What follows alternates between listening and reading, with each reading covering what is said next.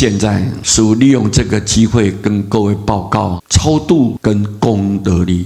民国初年，盘溪大师在没有出家之前，有一个非常要好的同参道友了。两人对于《楞严经》非常感兴趣，于是7年之内只专心研读一部《楞严经》，他没有第二个想法，一门深入《楞严经》。他的道友是家传的中医。有一天午餐过后，因为没有病人来看诊，他在药铺椅子上就小憩片刻。在昏昏迷迷当中，他看到2个人走进来了。他仔细一看，他吓了一跳，这2个正是他的仇家了。在不久之前，因为2家土地的争执，打了一场官司，结果对方因为理亏而败诉了，但内心仍旧不服气，父子2个人竟然以自杀来结束生命。那么今天在梦中相遇自然让这个人不寒而栗，也就是坛溪大师的同参道友。但奇怪的是，这2个父子进门后却跪在他的面前说了：大德，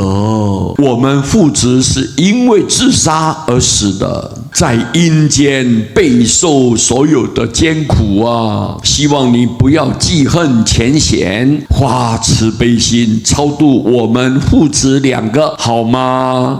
他说：学佛的人当然以慈悲为怀，可是我哪有能力超度你们呢？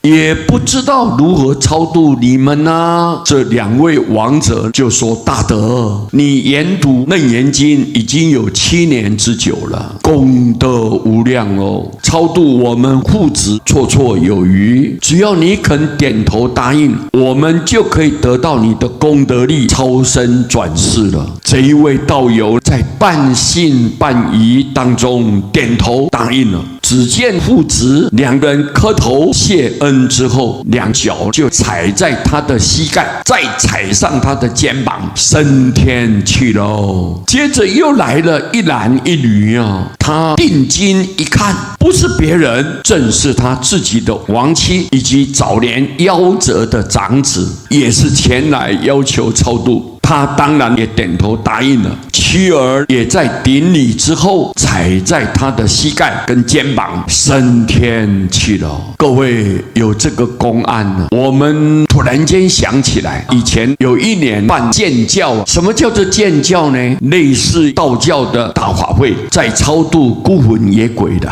据说因为招魂的旗杆升得太高，招来的孤魂野鬼实在太多了。只看到坐在法坛上面的法师们猛咬着法器，吹着法螺，做中尊的主事法师手印结了又结，2手转了又转，祭品仍旧不够好兄弟来吃啊！所以马上吩咐执勤人员运来一大包的白米来充祭品啊，结果还是不够。法师一直做到深夜，做中尊的法师突然间吐血了，栽个大跟头就一命呜呼哀哉啊！我们有这样的现象，可以了解到超度的真实意义，并不是决定在道场的大跟小，供品的丰盛与否啦，不是用这样决定，或者是有做法的僧道人数多寡来做决定，也不是，